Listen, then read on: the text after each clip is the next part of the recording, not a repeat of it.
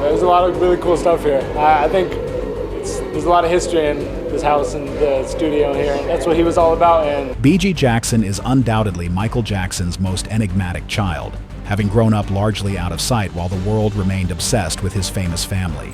For years, he remained silent. Michael Jackson's son Blanket looking all grown up in Los Angeles during a rare public outing. Aloof from the swirling controversies, the media circus, and the legacy of an iconic dad, worshipped and vilified in equal measure. But now, in a raw, unfiltered revelation, Bigi broke his silence, and what he said threatens to upend everything we thought we knew about Michael Jackson. This day, they are inside LA Family Housing, an organization that provides services to help families and individuals. It's not a tribute. It's not a defense.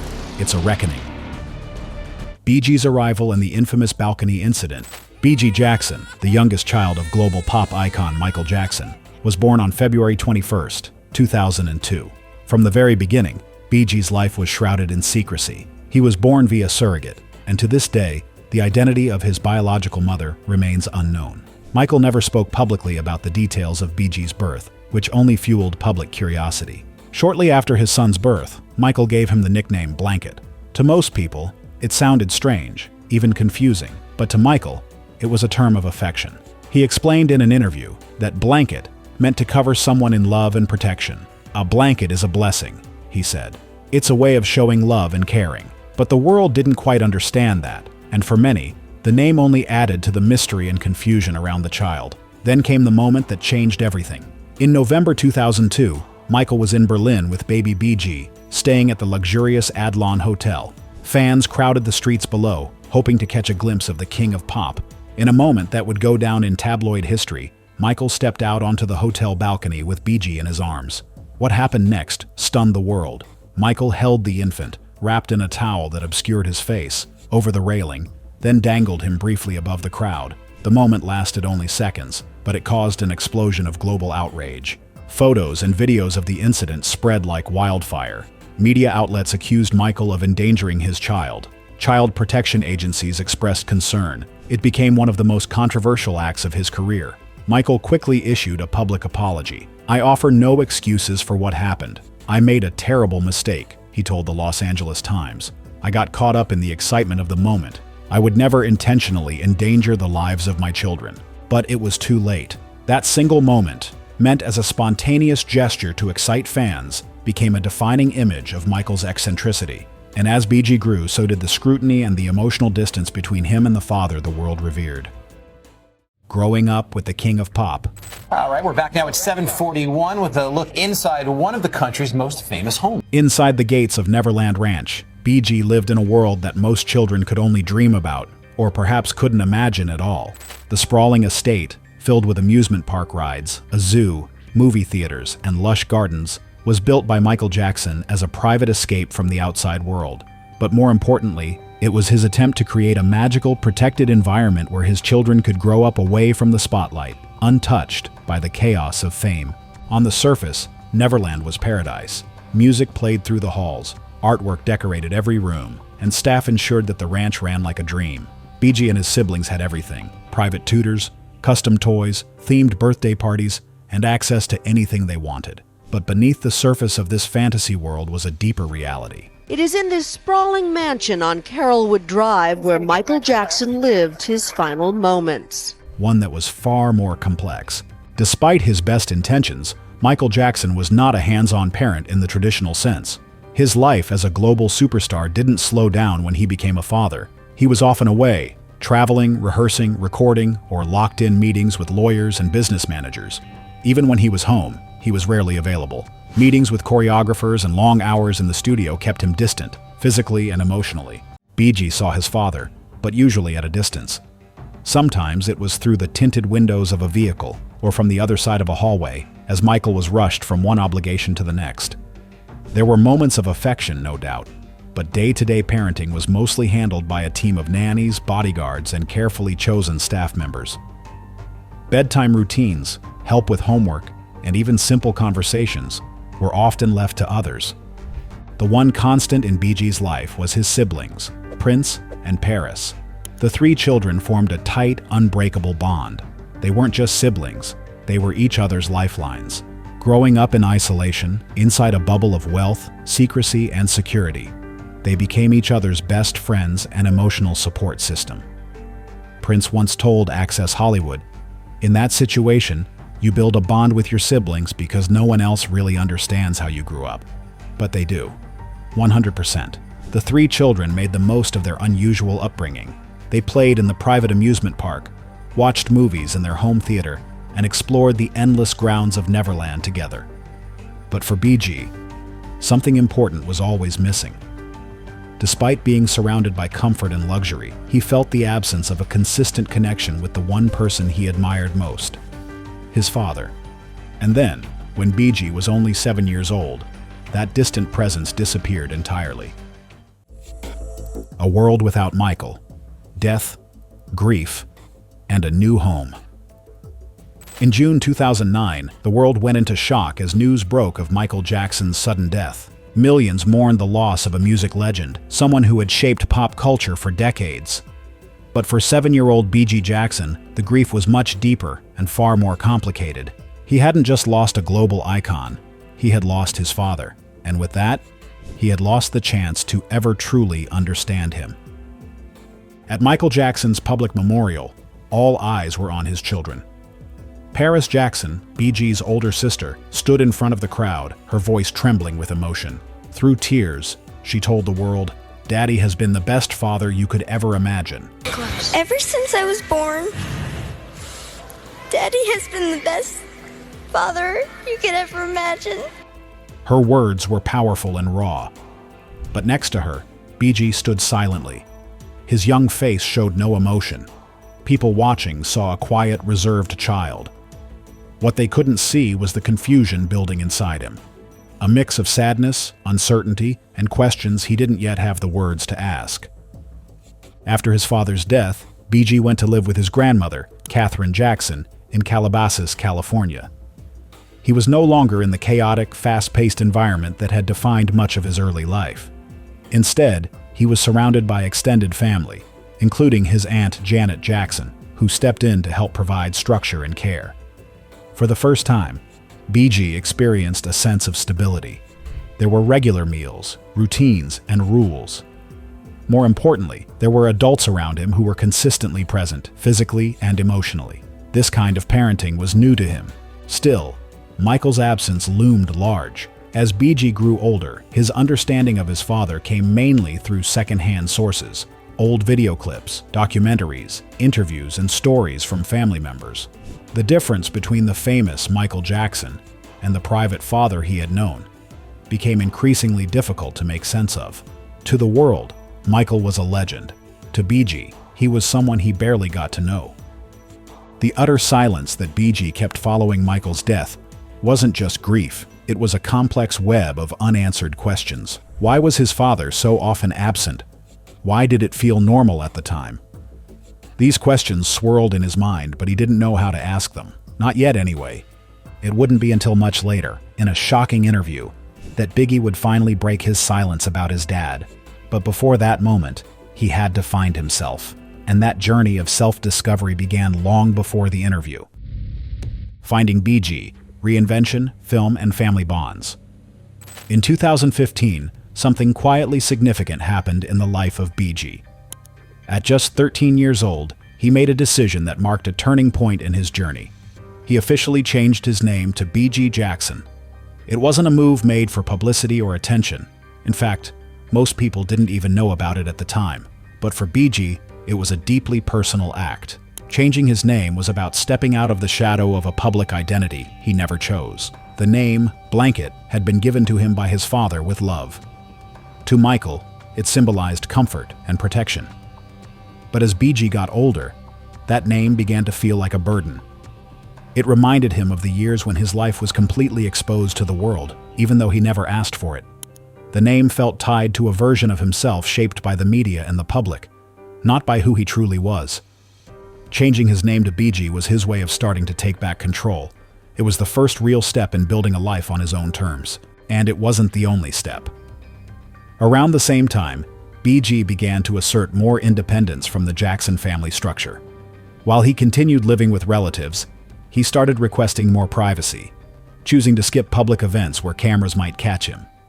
He asked to attend school under a different name, hoping to be treated like any other student, not as Michael Jackson's son. It was a quiet rebellion, not against his family, but against the noise that had followed him since birth. Those close to him noticed the change.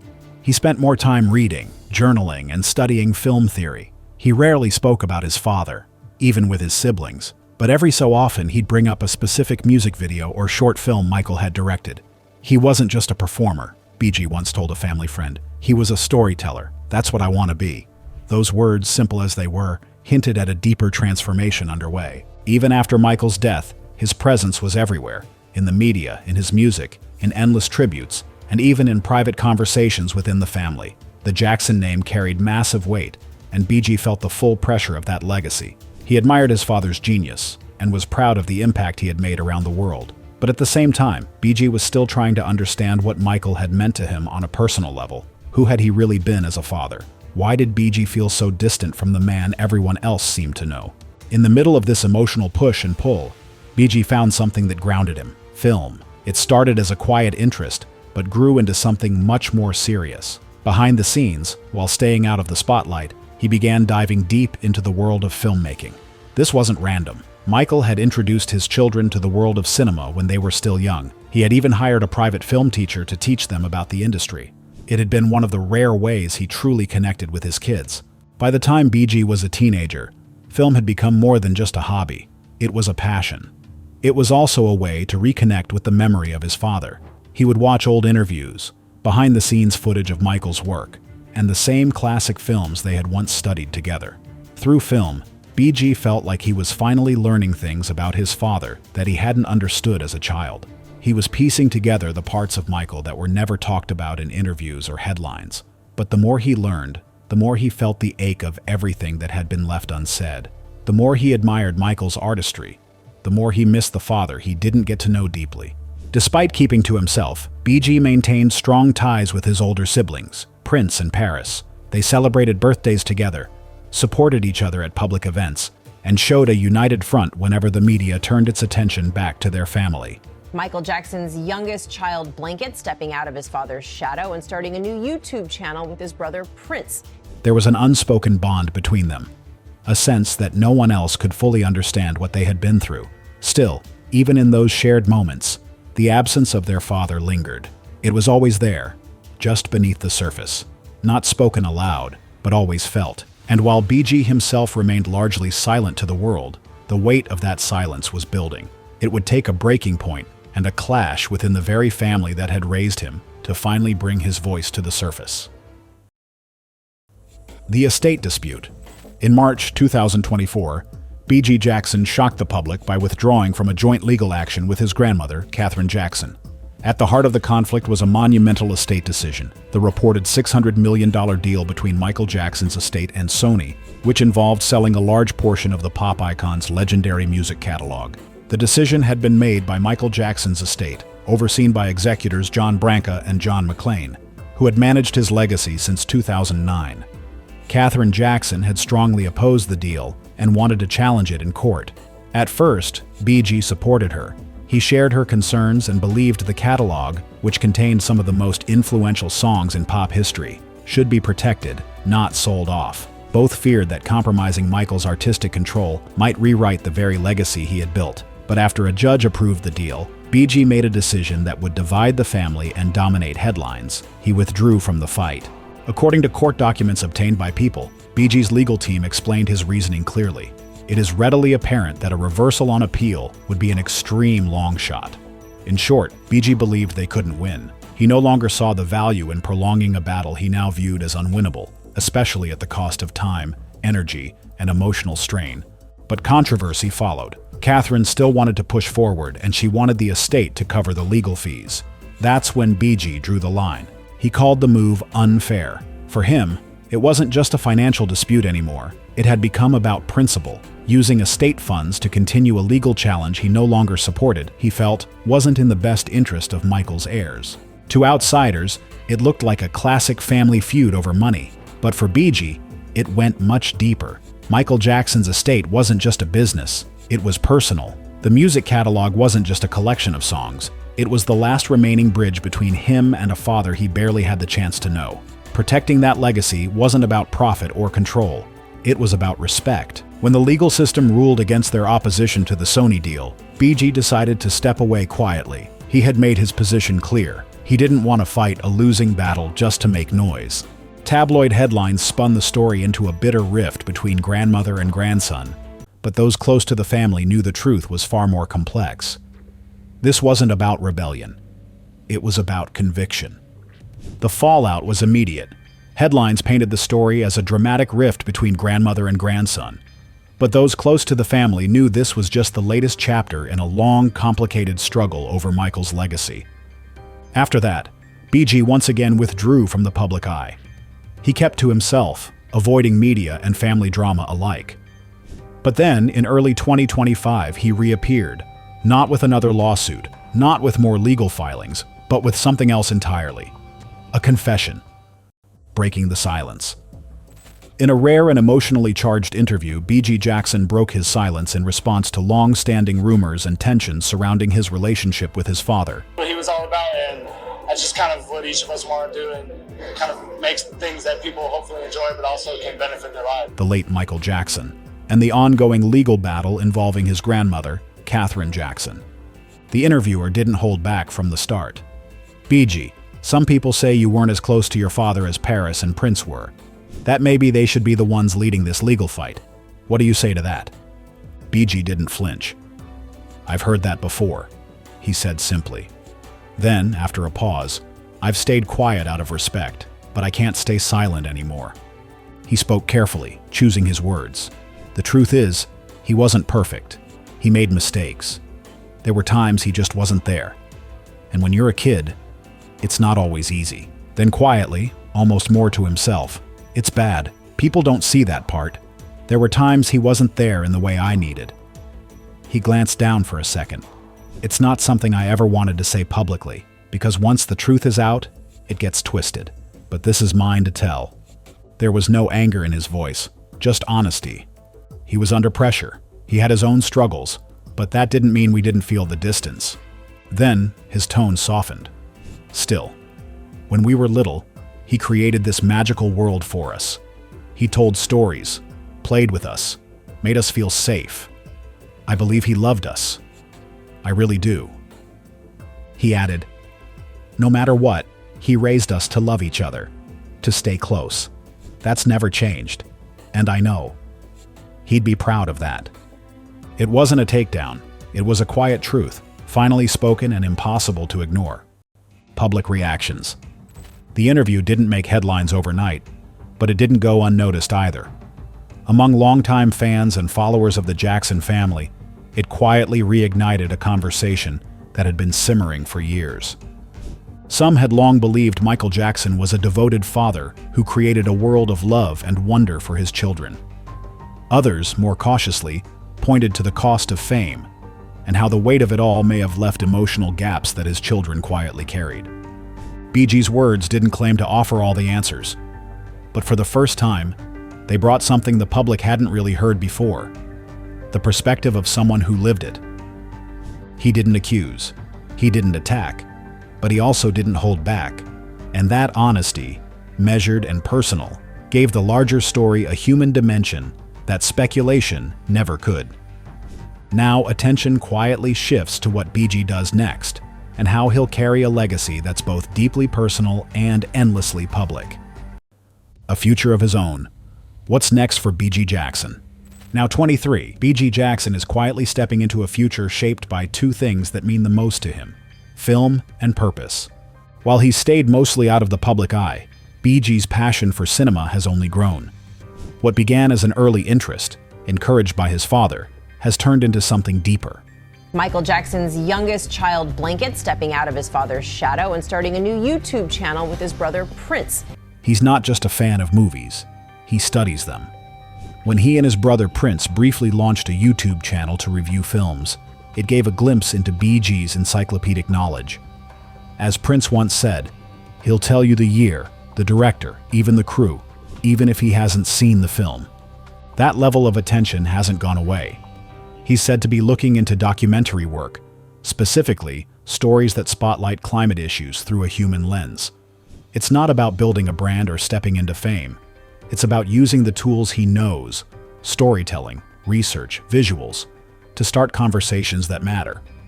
His bond with his siblings remains a constant. Though their lives are busy and often spread out, Bigi holds tightly to the values they were raised with. Protect each other, support each other, stay connected. As Prince once said, any little family dinner, any family outing, those are really special moments. What's clear is this: Bigi isn't trying to rewrite his father's legacy. He's trying to write his own, slowly, intentionally, and on his terms. Whether through film or advocacy, he's finding ways to speak with clarity and conviction. And in doing so, he's finally stepping out from the shadow, not to reject it, but to cast one of his own. What do you think about Bigi's revelations? Feel free to share your comments with us in the comments section. Thanks for watching. See you in the next video.